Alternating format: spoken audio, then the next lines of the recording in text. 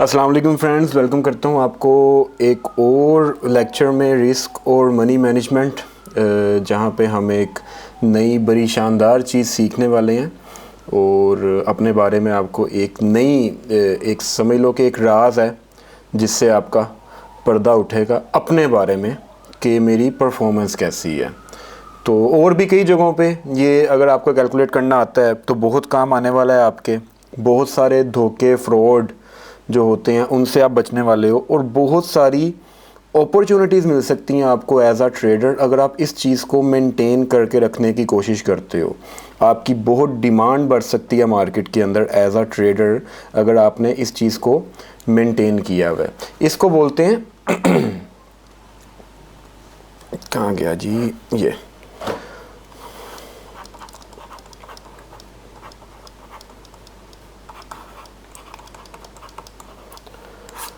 अब I am definitely sure कि आप में से जो भी ये लेक्चर्स ले रहे हैं उनमें से 95% ट्रेडर्स को इसके बारे में नहीं पता होगा। जिनका इकोनॉमिक्स का कोई बैकग्राउंड होगा उन्होंने इस चीज़ को सर्च किया होगा। बाकी ज़्यादातर ना आपको इसके बारे में बताया नहीं जाता। कई जगहों पे आप जब फॉरेक्स सीखने जाते हो, इनफैक्ट कई इस तरह के कॉन्सेप्ट्स आपको बताए ही नहीं जाते जो आपके यहाँ पे क्लियर किए जा रहे हैं। एक फॉरेक्स ट्रेडर के लिए शार्पे रेशो एक बहुत अहम करैक्टर प्ले कर सकती है उसकी परफॉर्मेंस के अंदर और उसकी डिमांड के अंदर एज अ ट्रेडर। अब ये शार्पे रेशो होती क्या है और इसको कैलकुलेट कैसे करना होता है, उससे पहले मैं आपको एक सिंपल सी एक क्वेश्चन करना चाहता हूँ आपसे। एक है ट्रेडर ए, उसका नाम ट्रेडर ए है, और एक है ट्रेडर बी। इस महीने ट्रेडर ए ने कमाए $2000, ठीक है, और इसी महीने ट्रेडर बी ने कमाए $1000। अब मुझे बताओ इनमें से कौन सा ट्रेडर बेहतर है। अब इतनी इन्फॉर्मेशन जो आपको मिली है उसके बाद तो डेफिनेटली आपका आंसर ये रहेगा कि ट्रेडर ए डेफिनेटली बेहतर है क्योंकि उसने उससे डबल पैसे कमाए हैं। अब इनका इस पूरे महीने का ना वो हम रिकॉर्ड चेक करते हैं हर ट्रेड का कि इन्होंने कैसे इतने पैसे कमाए हैं, हर ट्रेड के ऊपर क्या इनको प्रॉफिट लॉस होता रहा है। तो अगर हम ट्रेडर ए की बात करें ना जिसने ज़्यादा पैसे कमाए हैं, 2000 कमाए हैं, उसकी ट्रेड्स कुछ इस तरह से चली। 500 का प्रॉफिट प्लस 400 का प्रॉफिट प्लस ये एक एक ट्रेड का प्रॉफिट और लॉस बता रहा हूँ आपको, प्लस 600 का प्रॉफिट। फिर एक ट्रेड आई जिसमें 800 का लॉस हुआ उससे, फिर उसने 700 का प्रॉफिट बनाया, फिर उसने 300 का प्रॉफिट बनाया, फिर एक ट्रेड पे उसको 200 का लॉस हुआ और फिर एक उसने 500 के प्रॉफिट वाली ट्रेड की। तो टोटल करके उसने $2000 बना लिए। ठीक है, अब बात करते हैं ट्रेडर बी की, इसने पूरा महीना क्या किया। ठीक है, तो ये हैं जी इसकी ट्रेड्स। 200 का प्रॉफिट प्लस 100 का प्रॉफिट प्लस 50 प्लस 100 और प्लस 50 प्लस 300 माइनस 150 और फिर उसके बाद प्लस 100 और फिर प्लस 0। एक ट्रेड उसने 0 प्रॉफिट लॉस पे बंद की हुई थी इक्वल के ऊपर, और फिर प्लस 250। इस तरह टोटल इसने इस महीने में $1000 कमाए।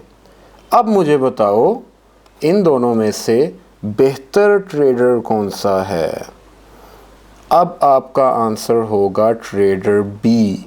या फिर अगर एक हेज फंड के हेड के पास जाते हो आप, जो बड़े बड़े फंड्स मैनेज कर रहे हैं क्लाइंट्स के, और उनको ट्रेडर्स की ज़रूरत है, अच्छे ट्रेडर्स की, तो उनको आप ये 2 ट्रेडर्स प्रेजेंट करते हो इनके इस रिकॉर्ड के साथ। वो हेज फंड का जो हेड है वो 1 मिनट भी नहीं लगाएगा, बोलेगा मुझे ये ट्रेडर बी दे दो जल्दी से, मुझे इसका कुछ नहीं करना ट्रेडर ए का। ये पागल है, ठीक है, ये रिस्क टेकर है, ये बेड़ा गर्क कर देगा हमारे क्लाइंट्स के कैपिटल का। $800 तक इसकी ट्रेड लॉस में गई हुई है, ठीक है, और $700 तक फिर इसने एक ट्रेड के अंदर प्रॉफिट भी किया हुआ है। ओ भाई ये तो आर या पार है, इसको कहाँ मेरे पास ले आए हो, इसको निकालो यहाँ से, बाहर निकालो इसे।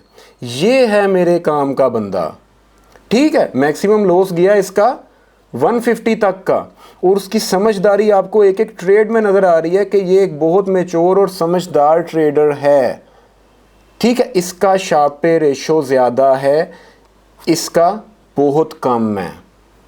जी हाँ, शार्प पे रेशो होता है कि आप कितना रिस्क लेते हो, कितना ड्रॉबैक आप अपने अकाउंट का कर जाते हो। अगर आप एक अकाउंट को महीने में डबल कर रहे हो, लेकिन उस महीने में एक टाइम ऐसा भी आया था कि आपका अकाउंट 80% तक लॉस में जा रहा था, एक ट्रेड आपके अकाउंट का 80% ले गई हुई थी, लेकिन फिर वो ट्रेड प्रॉफिट में आ गई और आपने अकाउंट को डबल भी कर लिया, तो मेरे भाई आपकी कोई वैल्यू नहीं है। बड़े ट्रेडर्स के, बड़े हेज फंड्स की नज़र में आपकी कोई वैल्यू नहीं है, आप एक जुआरिये हो, ठीक है। वो उनको नहीं ये देखना है 80% इस बंदे ने अकाउंट को ड्रॉ बैक में ले गया था, ये तो बेवकूफ़ है, इतना इतना बड़ा लोट साइज, ठीक है। आपकी शार्प पे रेशो बहुत कम होगी, बहुत कम, जितना मर्जी आपने प्रॉफिट ज़्यादा बनाया हुआ है। शार्प पे रेशो कैलकुलेट की जाती है आपका ड्रॉबैक देख के, स्टैंडर्ड डेविएशन देख के, कि आप कितना डेविएट कर जाते हो नेगेटिव में अपने अकाउंट का, ठीक है।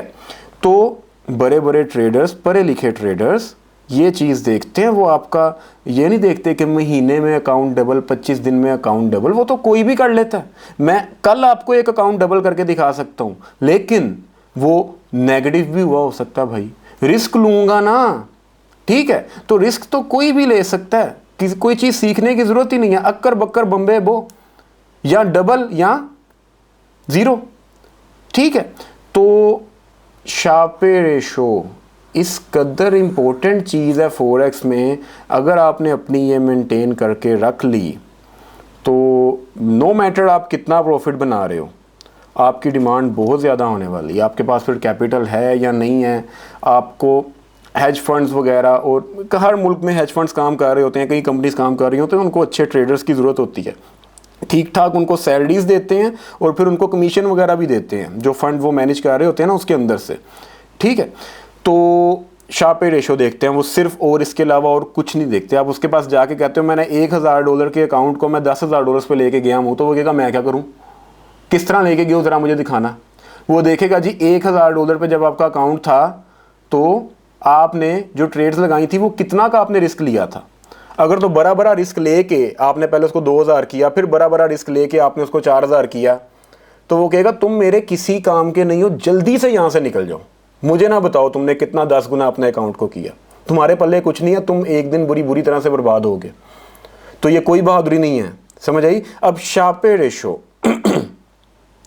कैसे कैलकुलेट होती है, आप अपनी शार्प पे रेशो कैलकुलेट कर सकते हो, हर महीने के एंड पे कैलकुलेट कर सकते हो, आपको पता चल जाएगा। तो इसका फॉर्मूला होता है, मैं SR लिख रहा हूँ, ये शार्प पे रेशो का शॉर्ट फॉर्म लिख रहा हूँ। शार्प पे ratio is equal to return की परसेंटेज जो भी होती है, return minus risk free rate, लिख लो इसको अपने पास, बताता हूँ अभी ये क्या होते हैं। इसकी भी परसेंटेज और डिवाइडेड बाय स्टैंडर्ड डेविएशन, ठीक है। Return minus risk free rate और उसको डिवाइड कर देना स्टैंडर्ड डेविएशन से। रिटर्न क्या होता है, आपका $1000 का अकाउंट था महीने के शुरू में और आपने महीने के एंड पे उसको 1500 कर दिया, ठीक है।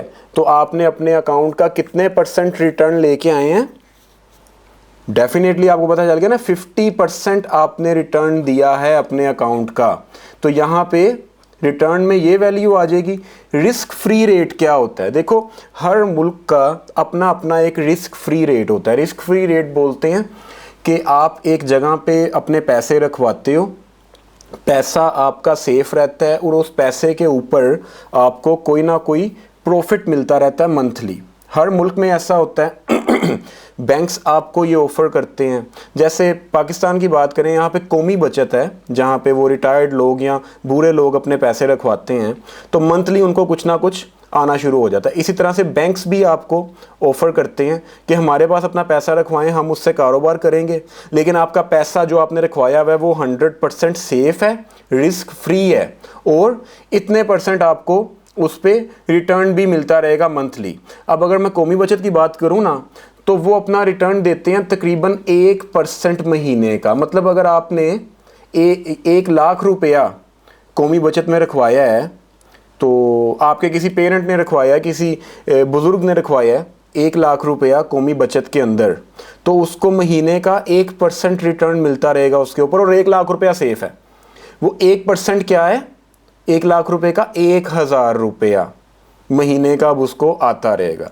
इसी तरह से अगर आप प्राइवेट बैंक्स की बात करें, तो उनके पास जब आप अपना पैसा रखवाते हैं सेविंग्स अकाउंट के अंदर, तो वो भी आपको मंथली 1 to 2% जो रिटर्न है वो ऑफ़र कर रहे होते हैं। हर जगह का अपना अपना एक वो होता है। इसको बोलते हैं रिस्क फ्री रेट, कि आप अपने पैसे को रिस्क पे लगाए बगैर एक थोड़े रिटर्न के साथ कहीं पे रखते हो। तो वो रेट इस टाइम क्या चल रहा है आपके मुल्क में?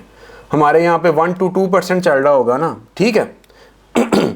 मंथली रिटर्न की बात हो रही है, मंथली रिटर्न की, ईयरली रिटर्न की बात नहीं हो रही। ईयरली आपको वो, अगर कोई आप कहते हो जी वो उस बैंक ने तो मुझे कहा था मैं आपको 17% रिटर्न दूंगा, वो ईयरली रिटर्न की बात कर रहा है, 15% कि साल बाद इतना रिटर्न मिलेगा। मैं मंथली रिटर्न की बात कर रहा हूँ, ठीक है। वो इतना ही बनता है, 1% के अराउंड बनता है, सही है। तो ये होता है आपका रिस्क फ्री रेट। और स्टैंडर्ड डेविएशन, कि आपका जो अकाउंट था $1000 का या जितने का भी वो अकाउंट था, आपकी किसी ट्रेड के अंदर आपने कितना लॉस किया, जो मैक्सिमम लॉस में आपकी एक ट्रेड गई होती है ना, मतलब फ़र्ज़ करते हैं आपने महीने में 20 ट्रेड्स लगाई थी और उन ट्रेड्स में एक ट्रेड आपकी $800 लॉस में भी गई थी। 1000 का आपका टोटल अकाउंट था मंथ के शुरू में, और बीच में आपने एक ऐसी ट्रेड भी लगाई हुई थी जो $800 तक के लॉस में गई हुई थी। तो इसका मतलब ये है कि आपने अपने अकाउंट की टोटल वैल्यू से कितने % तक नेगेटिव में ले गए थे? उसको 80% तक नेगेटिव में ले गए थे आप अपने अकाउंट को।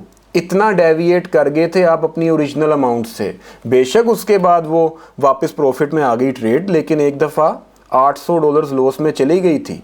तो स्टैंडर्ड डेविएशन होता है कि आपका अकाउंट, एक कोई ऐसी ट्रेड जिसमें मैक्सिमम आपको लॉस हुआ हो, वो आपका स्टैंडर्ड डेविएशन होता है। समझ आ गई मेरी बात की? अब अपना वो आपने कैलकुलेट करना है शार्पे रेशो कैसे, ये मैं आपको बताता हूँ, ठीक है। फॉर्मूला होपफुली आपने लिख लिया। हम 2 ट्रेडर्स का कंपैरिजन करेंगे, दोनों को हमने $1000 दिए, ठीक है। दोनों को $1000 दिए, और ये ट्रेडर ए है, ये ट्रेडर बी है, फ़र्ज़ कर लेते हैं। अब ट्रेडर ए ने हमें 1 महीने के बाद कह लो कि $1300 वापस किए, मतलब अपने अकाउंट को $1300 पे पहुंचा दिया। तो ये कितने % रिटर्न दिया उसने हमें? पता चल गया ना आपको?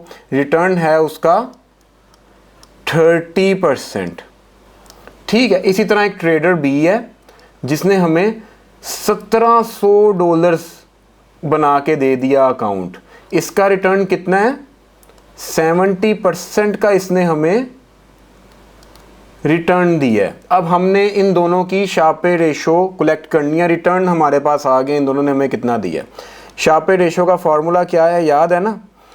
सबसे पहले हम ट्रेडर ए का शार्पे रेशो कैलकुलेट कर रहे हैं, ठीक है। यार ये लाइन टेढ़ी होगी, सॉरी। अच्छा जी, अब ना टेढ़ी हो जाए। ट्रेडर ए का शार्प पे रेशो ये कैलकुलेट कर रहे हैं। 30% हमें रिटर्न मिला है, तो रिटर्न की जगह पे हम 30 लिखेंगे, माइनस रिस्क फ्री रेट वहाँ पे क्या चल रहा है, कह लेते हैं जी 3% है रिस्क फ्री रेट, ज़्यादा से ज़्यादा कर लेते हैं ना। तो return minus risk free rate 30 minus 3, 30% का रिटर्न आया और 3% जो रिस्क फ्री रेट वहाँ पे चल रहा था। और स्टैंडर्ड डेविएशन कितनी रही इनकी अकाउंट के ऊपर, मतलब पूरे महीने में ये ट्रेडर ए ने $1000 का जो इनका अकाउंट था, मैक्सिमम इनकी ट्रेड कोई कितने डॉलर्स लॉस में गई है। हमें पता चलता है जी ये एक ट्रेड इनकी जो सबसे बड़ा इनको लॉस हुआ था ना, वो हुआ था $150 का, ठीक है, $150 का लॉस हुआ था। अब 1000 का 150 कितना बनता है, 15%, तो ये इनकी स्टैंडर्ड डेविएशन कितनी आएगी नीचे, 15। देखो फॉर्मूला में हमने परसेंटेजेस ही पुट करनी है। अब ज़रा इसका शार्प पे रेशो कलेक्ट करो, कैलकुलेटर में ओपन करता हूँ। 30 minus 3 is equal to 27 divided by 15, ओहो 27 डिवाइडेड बाय 15, तो ये आंसर आएगा आपके पास 1.8। ठीक हो गया, ये है ट्रेडर ए की शार्प पे रेशो। अब ट्रेडर बी की तरफ जाते हैं जिसने हमें 70% रिटर्न दिया हुआ है, इसका शार्प पे रेशो कलेक्ट करते हैं हम। फॉर्मूला में वैल्यू पुट करेंगे, रिटर्न कितना दिया इसने हमें, 70% का रिटर्न दिया, माइनस रिस्क फ्री रेट 3% था। लेकिन इन भाई साहब का जो अकाउंट था वो एक दफ़ा एक ट्रेड में $800 तक लॉस में चला गया हुआ था। मतलब 1000 का हमने इनको अकाउंट दिया था और भाई साहब ने $800 तक का एक ट्रेड में लॉस किया हुआ था।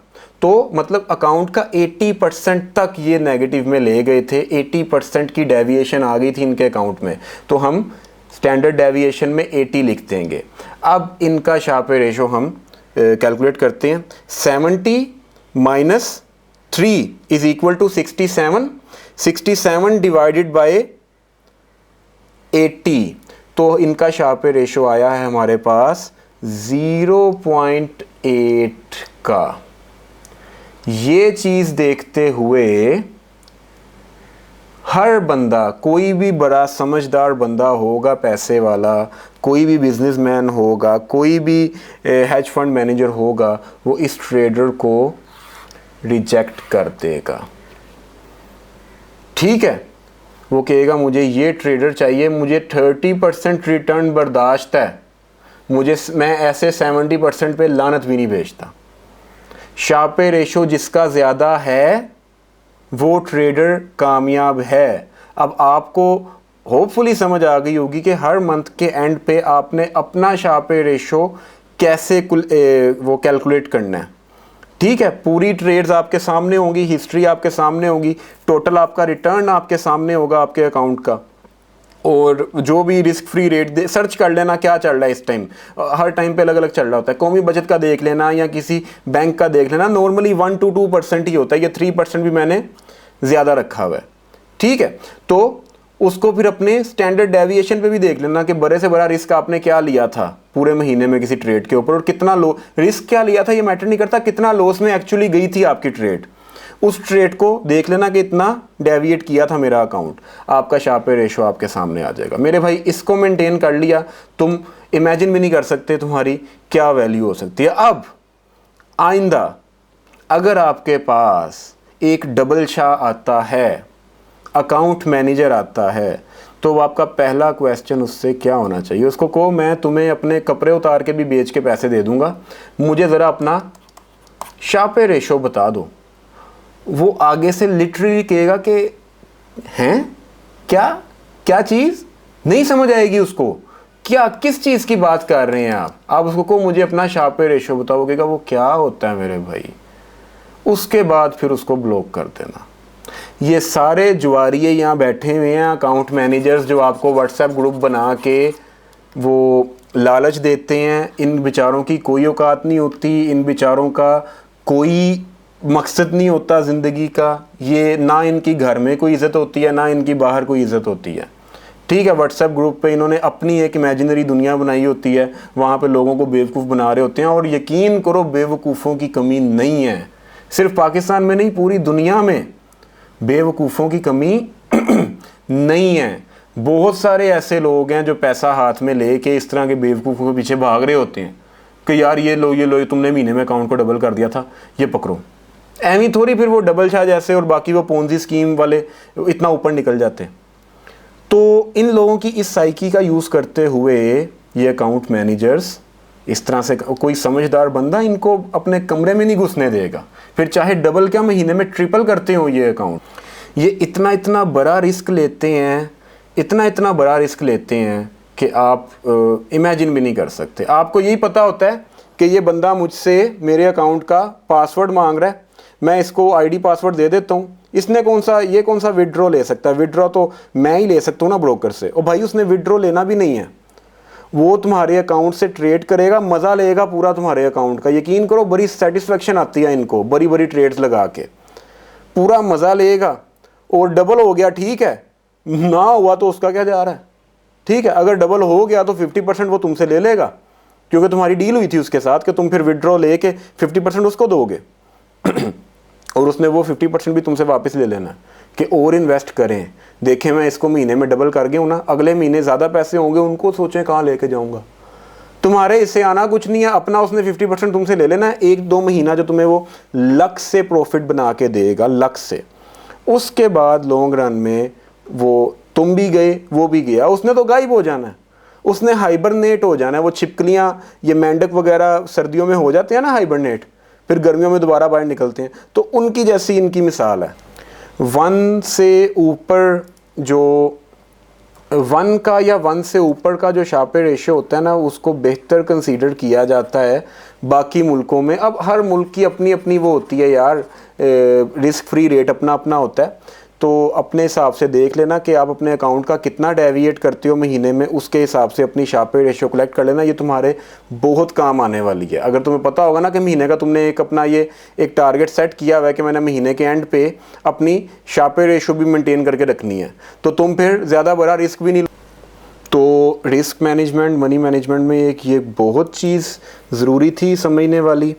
और अब बाकियों को भी आप फिर अपने साथ कंपेयर कर सकते हो, मज़ा आएगा आपको ये इस तरह से अपनी ट्रेडिंग को साथ लेके चलने का। अच्छा, एक चीज़ याद रखना यहाँ पे रिस्क मैनेजमेंट में आपको बताना चाहता हूँ कि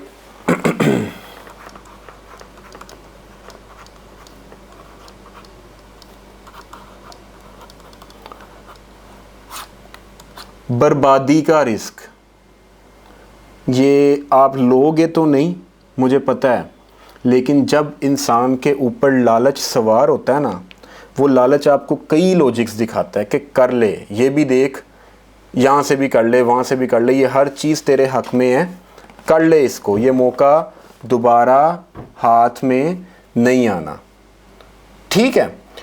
तो ये रिस्क ऑफ रूइन जो होता है ना, ये आपको खुदकुशी तक ले जाता है। और कोई इतना बेवकूफ़ नहीं होता कि वो जानबूझ के अपना सब कुछ दाव पे लगा दे। लिटरली कोई इतना बेवकूफ़ नहीं होता, उसको कुछ ना कुछ नज़र आ रहा होता है, बड़ी स्ट्रॉन्ग एक लॉजिक नज़र आ रही होती है जिसकी वजह से वो सब कुछ दाव पे लगाता है। उसको लगता है कि यहाँ पे तो ये पक्का 100% ये मेरा प्रॉफिट है, तो यहाँ पे मैं सब कुछ लगा देता हूँ, ठीक है। जो आप, मैं अब क्या मिसाल दूँ, फिल्मों में देख देख के पागल हुए होते हो ना कि एक हीरो ने अपना सब कुछ दाव पे लगा के तो फिर एक अरबपति बन गया। भाई वो फिल्म है, वो रियलिटी नहीं है, ठीक है। तो ऐसी फिल्मों से दूर रहो, वरना तुम्हारे साथ बड़ी हैवी फिल्म चलने वाली है, ठीक है। और जो रियल लाइफ में भी आप कुछ देखते हो ना, ये देखो, जब आप कामयाब हो जाते हो ना तो आपके पास बड़ी स्टोरीज़ होती हैं सुनाने के लिए कि मैं एक साइकिल पे घूमा करता था और मैं ऐसे था, मैं वैसे था। उस टाइम आप जो भी कहोगे वो मैं कहता हूँ कमाल है, क्योंकि उस टाइम आप कामयाब हो। जब आप साइकिल पे घूम रहे हो तो आपको पूछेगा भी कोई नहीं। तो कामयाब होने के बाद लोग बहुत सी स्टोरी सुनाते हैं, मैं भी सुनाऊंगा, तुम भी सुनाओगे। एक दफ़ा कामयाब हो जाओ, दुनिया तुम्हें जान लेगी ना, तो फिर हर इंसान की कोशिश होती है कि वो अपनी स्टोरी को मुश्किल से मुश्किल करके बताए। कोई ये नहीं कहता कि मेरे बाप ने इतनी जायदाद मुझे दी हुई थी तो मैं ज़रा मेंटली रिलैक्स्ड था। इतना बड़ा रिस्क लेते हुए मैंने 2 करोड़ रुपया इन्वेस्ट किया और उसको मैं 10 करोड़ पे ले गया। मैं देखो कितना कामयाब हूँ, मैंने 2 करोड़ रुपये को 10 करोड़ कर लिया। मिसाल दे रहा हूँ, एक अमाउंट छोटी भी हो सकती है, बड़ी भी हो सकती है। वो आपको ये नहीं बताएगा कि वो 2 करोड़ मेरा अगर ज़ाया भी हो जाता ना तो पीछे 50 करोड़ की मेरे आबाओ अजदाद की प्रॉपर्टी थी, मैं रिलैक्स्ड था। वो आपको ये बताएगा मेरे पास तो बस यही था। देखो मैं एक रिस्क टेकर हूँ, मैं एक मनी मेकर हूँ। तुम एक बेवकूफ़ हो अगर उसकी बातों में आ रहे हो। कोई भी इतना बेवकूफ़ नहीं होता, तुमने इतना बेवकूफ़ नहीं बनना, इस तरह का हीरो बनने की कोशिश नहीं करनी। जो इस तरह की हरकतें करते हैं उनका बैकग्राउंड कुछ और होता है, उनके पास कई और रास्ते होते हैं, कई और लूप होल्स उन्होंने अपने लिए छोड़े होते हैं कि यहाँ से निकल जाऊँगा। ठीक है, कोई भी इतना बेवकूफ़ नहीं होता इतना बड़ा रिस्क, और जब कोई लेता है तो मेरे भाई वो किसी ना किसी लॉजिक की बेस के ऊपर लेता है, एम ही नहीं ले लेता। आप भी अगर लोगे ना तो आप इतने बेवकूफ़ नहीं हो, मुझे पता है, कि आप एक ट्रेड के ऊपर अपना सब कुछ लगा दो। ठीक है, लेकिन इस मार्केट में आपको ये चीज़ कहाँ से कहाँ पहुँचा सकती है आप इमेजिन भी नहीं कर सकते। मैंने एक एग्जांपल आप लोगों के लिए निकाल के रखी हुई है और आपको पता चलेगा कि इस मार्केट में रिस्क ऑफ रून ये किस तरह से काम करता है। और चलें मैं आपको बताना शुरू करता हूँ।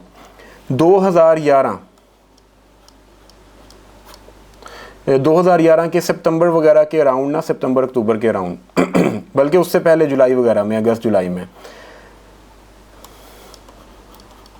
जो पुराने ट्रेडर्स अगर कोई देख रहे हैं ना, जिनका कोई 15-20 साल का तजुर्बा है और ये कोर्स ले रहे हैं, वो जानते होंगे मैं किस चीज़ की बात करने लगूँ। 2011 में मैं तो ट्रेड नहीं कर रहा था, तो मैंने तो स्टार्ट ही तकरीबन वो 16 के बाद 16 में की थी। तो 15 से 16 के दरमियान आई थिंक मैंने स्टार्ट की थी, मुझे ठीक से याद नहीं है, तो 8 साल के करीब हो गए हैं। तो 2011 में स्विस नेशनल बैंक, स्विट्ज़रलैंड का जो सेंट्रल बैंक है ना, उसने एक पेयर है,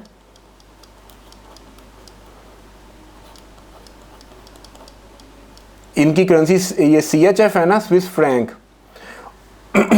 यूरो CHF का पेयर अगर नीचे जा रहा है तो मुझे बताओ पेयर में कौन सी करेंसी स्ट्रॉन्ग हो रही है। तो डेफिनेटली आप कहोगे कि स्विस फ्रैंक स्ट्रॉन्ग हो रहा है अगर ये पेयर नीचे जा रहा है। स्विस फ्रैंक यूरो की निस्बत स्ट्रॉन्ग हो रहा है, ठीक है, अगर पेयर नीचे जा रहा है तो वहाँ पे तब कुछ हालात इस तरह के डेवलप हुए थे यूरो में और ये स्विट्ज़रलैंड में ना, तो इनकी आपस में एक डील हुई। स्विस नेशनल बैंक ने बोला, जिस भी वजह से बोला, कई वजूहत थी, कि हम यूरो CHF का जो रेट है ना, इसको 1.2000 1.2000 या पॉइंट भी डाल के अगर आप कहते हो कि 1.20,000 से नीचे हम इसकी प्राइस को नहीं जाने देंगे।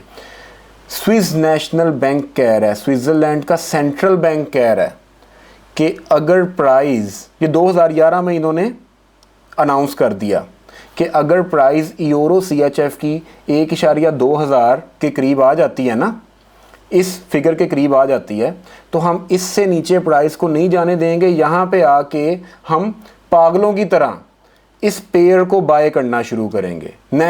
ये सेंट्रल बैंक कह रहा है स्विट्ज़रलैंड का कि हम इस पेयर को बाय करना शुरू करेंगे, मतलब यूरोस को बाय करेंगे, स्विस फ्रैंक को सेल करके। हमने इस पेयर को नीचे नहीं जाने देना, अपनी करेंसी को इतना स्ट्रॉन्ग नहीं होने देना यूरो की निस्बत। अब ये डील किस वजह से हुई वो साइड पे करो, ठीक है। कई वजूहत थी कि उन्होंने ये एक फिगर सेट कर दिया कि यार ये फिक्स्ड है, इससे नीचे प्राइस इस पेयर की नहीं जाएगी। इसको बोलते हैं कि इन्होंने ना 1.2000 पे इस पेयर का एक फ्लोर बना दिया कि इससे नीचे ये नहीं गिरेगा, इसके ऊपर ऊपर ही रहेगा, बाद में ऊपर जाए नीचे जाए, लेकिन इससे नीचे नहीं जाएगा, इस फ्लोर से नीचे नहीं जाएगा। यहां तक समझ आ गई मेरी बात की। 2011 में एसएनबी की तरफ से ये फ्लोर बना दिया गया। कई सालों तक ट्रेडर्स ने बहुत इंजॉय किया।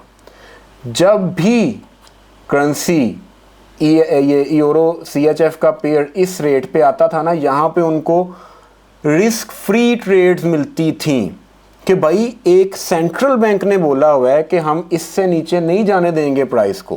प्राइस जाने लगती है तो हम पागलों की तरह इस ये यूरो CHF के पेयर को बाय करने के लिए आ जाएंगे, अपनी करेंसी को सेल करेंगे। एक सेंट्रल बैंक कह रहा है 2011, 2012, 13 जब भी प्राइस इस फिगर पे आती तो यहाँ से वापस बाउंस करती ऊपर।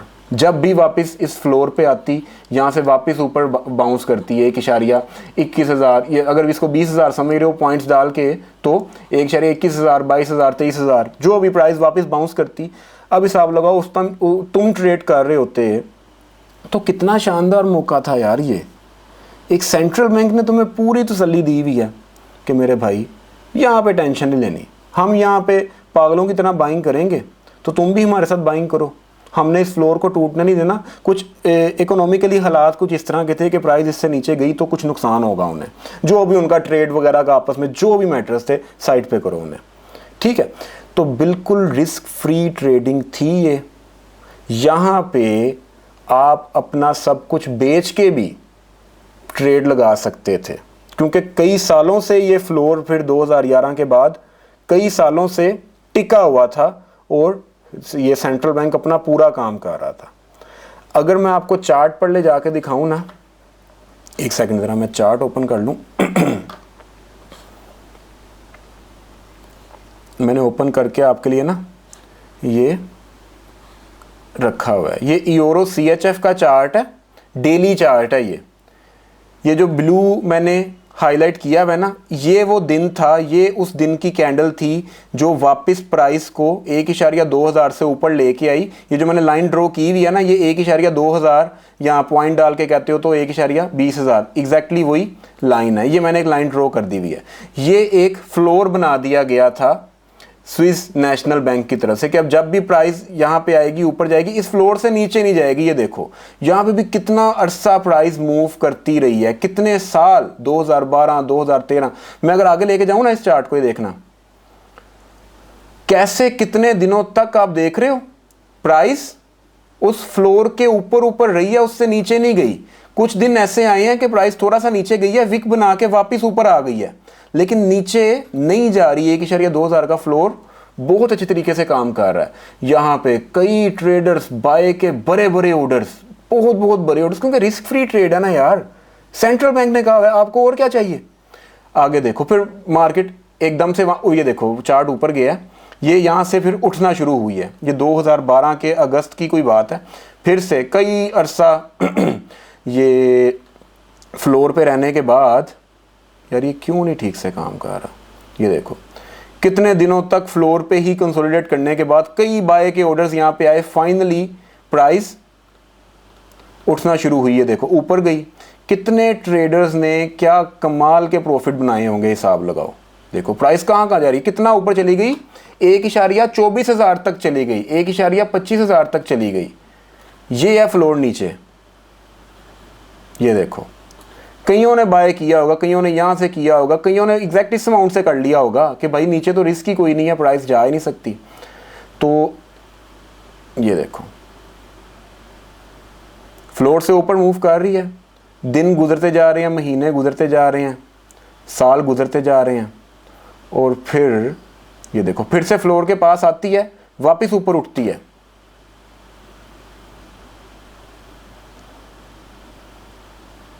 ये डेली चार्ट है, एक एक दिन की कैंडल है। ये देखो नवंबर 2014 में तकरीबन 3 साल से ज़्यादा हो गए हैं इस फ्लोर को बने हुए, और फिर से प्राइस उस फ्लोर के पास अभी आई हुई है। ये देखो ये क्या हुआ, ये क्या हो गया, गौर करो ज़रा। यार 4 साल से बना हुआ फ्लोर एक दिन में टूटा है। 4 साल से सेंट्रल बैंक की तरफ से बना हुआ एक फ्लोर कि हम करेंसी को इससे नीचे नहीं जाने देंगे। 15 जनवरी 2015 15 जनवरी 2015 की ये कैंडल देख लो, एक ही दिन में फ्लोर टूटा है। प्राइस एक ही दिन में कितना नीचे गिरी है, इस दिन के बारे में फॉरेक्स की हिस्ट्री में जाके देख लेना। कितनों ने खुदकुशियां की थी, कितनी कंपनीज बैंकरप्ट हो गई थी, कितने हेज फंड्स तबाह हो गए थे, कितने हेज फंड्स के जो मालिक थे उन्होंने अपने गले घूंट लिए थे, पंखे से लटका लिया था खुद को। एक सीरीज चली थी पूरी बैंकरप्सीज की। रिस्क ऑफ रूइन, कुछ भी यहाँ पे रिस्क फ्री नहीं है। जिंदगी में कुछ भी रिस्क फ्री नहीं है। मैं इस टाइम जिस कमरे में बैठा हूं इसका पंखा भी किसी भी टाइम गिर सकता है, ठीक है। जिंदगी में कुछ भी रिस्क फ्री नहीं है। तुम रोड के साइड पे चल रहे हो, तुम्हें कोई आके मार देगा। तुमने अपना काम पूरा किया हुआ था, साइड पे चल रहे थे, तुम्हें कोई आके मार सकता है। जिंदगी ही रिस्क है भाई।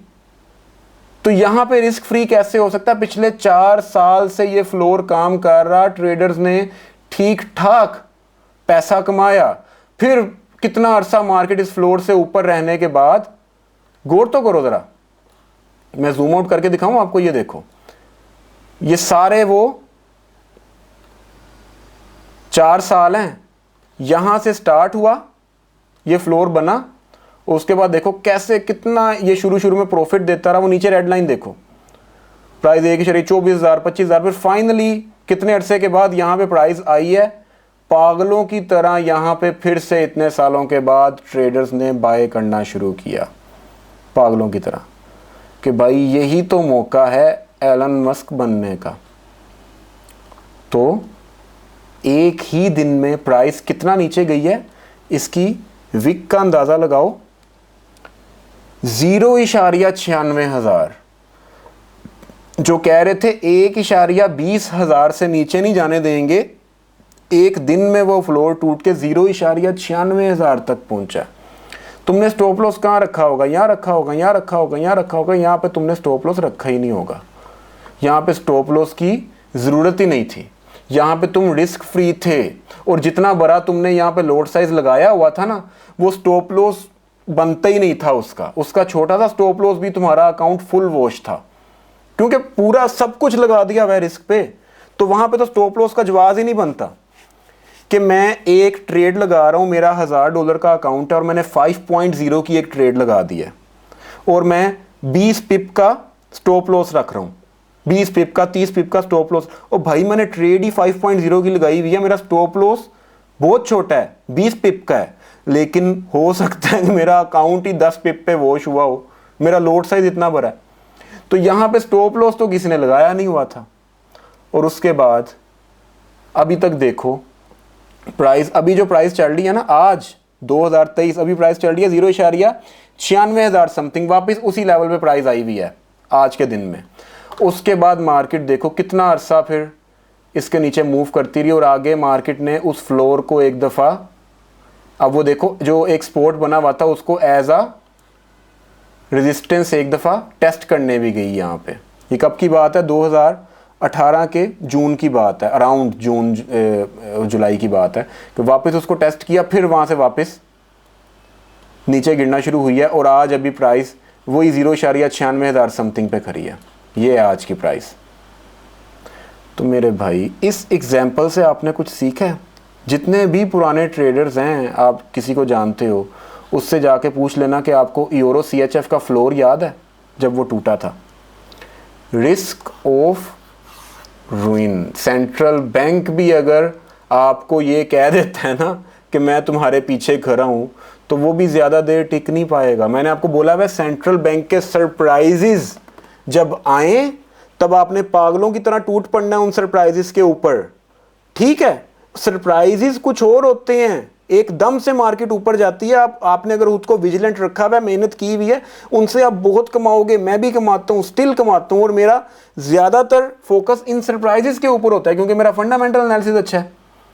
लेकिन ये चीज़ कुछ और थी। 4 साल से एक फ्लोर जो काम कर रहा था वो नहीं, ज़्यादा देर नहीं टिक सकता इस मार्केट के अंदर। मार्केट का बैलेंस खराब हो रहा है वहाँ पे। मार्केट वहाँ पे आई है, सबने बाय के ऑर्डर्स लगाए हैं, किससे बाय कर रहे हो? 4 साल बाद मार्केट वहाँ पे आई हुई है, किससे बाय कर रहे हो? मार्केट को ये चीज़ पसंद ही नहीं है। आ गए होंगे फिर कोई बड़े मगरमच्छ मार्केट में ये फ्लोर तोड़ने के लिए, हाँ ज़रूर आए होंगे, बहुत से हिस्ट्री भरी पड़ी है इस तरह के वाक़यात से। तो मेरे भाई, इस मार्केट में कभी ये ना समझ लेना कि ये रिस्क फ्री है। लॉजिक ही है ना, वो इतने इतने बड़े जो हेज फंड्स थे, इतने इतने बड़े जो ट्रेडर्स थे, वो बेवकूफ़ तो नहीं थे, तुमसे ज़्यादा समझदार थे। उन्होंने millions of billions of dollars का पोर्टफोलियो मैनेज किया हुआ है।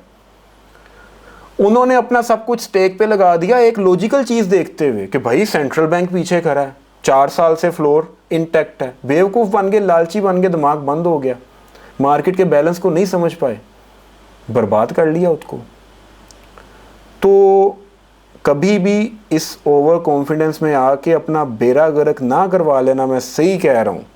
तुम्हें बहुत सारी लॉजिकल चीज़ें नज़र आएंगी अपना पूरा अकाउंट स्टेक पे लगा देने के लिए, बहुत सारी लॉजिकल चीज़ें, लेकिन ज़रा वहाँ पे एक दफ़ा सोच लेना कि कहीं तुम्हारे दिमाग के ऊपर उसने जकरा तो नहीं हुआ लालच ने तुम्हें। ठीक है, कई दफ़ा ऐसा होता है, आपको एक बड़ा लोड साइज लगाना पड़ता है, कई दफ़ा ऐसा होता है, तजर्बे के साथ साथ आप देखोगे। लेकिन सब कुछ ही रिस्क पे लगा देना ना भाई, ये काम करना है तो फिर अकाउंट मैनेजर बनो। दुनिया भरी पड़ी है बेवकूफ़ों से, फिर लेते रहो पैसा, याशी करो। याशी क्या करनी है, एंजॉय करो, तुम्हें मज़ा आएगा ट्रेड करने का, पैसे ज़ाया करने का, लोगों की चीज़ें गालियाँ बदवाएँ लेने का। ठीक है, अकाउंट मैनेजर बन जाओ, एक व्हाट्सएप ग्रुप बना लो, एक डेमो अकाउंट के ऊपर ना एक फेक सी हिस्ट्री बना लो कि मैंने इस अकाउंट को डबल, कोई नहीं पूछेगा ये डेमो है रियल है कुछ भी नहीं है, वो उनके पास बहुत पैसा है, वो कहते हैं ठीक है बस हमें हल्का सा आप सब्ज़ बाग दिखाओ, हम अपना सब कुछ लेके आ जाएंगे। ठीक है, तो फिर ये सब कर लो, अपने पैसे से ना करना फिर। ठीक है, बाद में फिर तुम्हारे साथ जो होना है वो तो फिर नेचर ही है ना, वो तुम्हें अपना आप बता देगी। लेकिन उम्मीद करता हूँ आपको समझ आ गई होगी कि कभी इतने बेवकूफ़ मत बन जाना। ये जो लोग जिन्होंने यहाँ पे खुदकुशियाँ की थी, ये तुमसे बहुत ज़्यादा समझदार थे, तुमसे बहुत ज़्यादा तजर्बेकार थे। ठीक है, इसको रिस्क ऑफ रूइन बोलते हैं। और उसके बाद एक और टर्म भी होती है फैट टेल। ये मार्केट में बहुत कम होता है लेकिन बन जाती है। ठीक है, अब इसके पीछे ना कोई लॉजिक नहीं होती। ये फैट टेल होती क्या है, ये मैं आपको चार्ट पर ले जाकर नहीं दिखाऊंगा, बस एक छोटी सी एग्जांपल देता हूँ। 2016 के अक्टूबर के अराउंड ना, वो रात को तकरीबन पाकिस्तानी टाइम की बात करो तो 2-3 बजे का टाइम था। ठीक है, पाउंड का पेयर GBP USD ये मूव कर रहा था तकरीबन 1.26,000 समथिंग के लेवल पे। ठीक है, एकदम से ये पेयर नीचे गिरा, एकदम से पता है कितना नीचे गिरा, 1.15,000 के लेवल पे आ गया, ये 15-16 के करीब आ गया, और फिर कुछ ही मिनटों में वापस 1.24,000-25,000 पे आ गया। नीचे गया, 1 घंटे की कैंडल की एक लंबी सी विक बनाई है और वापस ऊपर आ गया। ये क्या हुआ है? अब इसका जवाब ढूंढने के लिए जाओगे, तुम्हें जवाब नहीं मिलेगा। किसने किया है, क्यों किया है, नहीं पता। ठीक है भाई, फैट टेल्स इनको बोलते हैं, ये हेयर बनती नहीं है, बहुत कम ऐसा होता है, और इतनी इतनी बड़ी तो हेयर बिल्कुल भी नहीं बनती। ये तो एक एग्जांपल थी, हिस्ट्री में मैंने आपको बता दी है। लेकिन याद रखना, इस मार्केट में लिख लो अपने पास इसको कि anything can happen, anything can happen. ठीक है, तो अपने रिस्क को मैनेज करके रखना।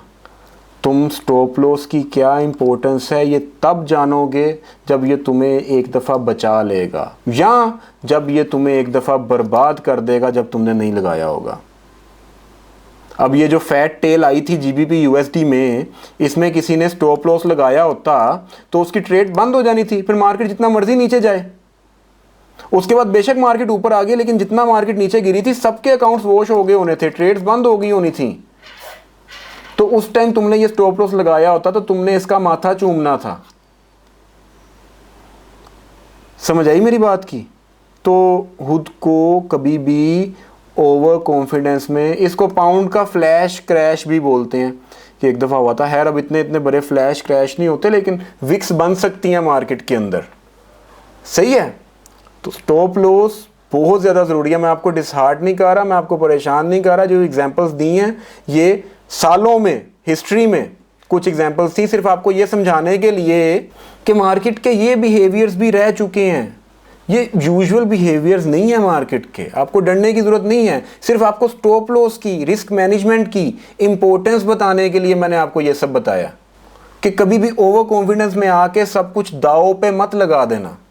तुम्हारी मैनेजमेंट बहुत ज़रूरी है कि तुम्हारे क्या टारगेट्स हैं, पर ट्रेड तुम्हें कितना, ये है। अब इंशाल्लाह नेक्स्ट लेक्चर में इसको डिस्कस करेंगे। आज का लेक्चर हम यहाँ पे एंड कर रहे हैं।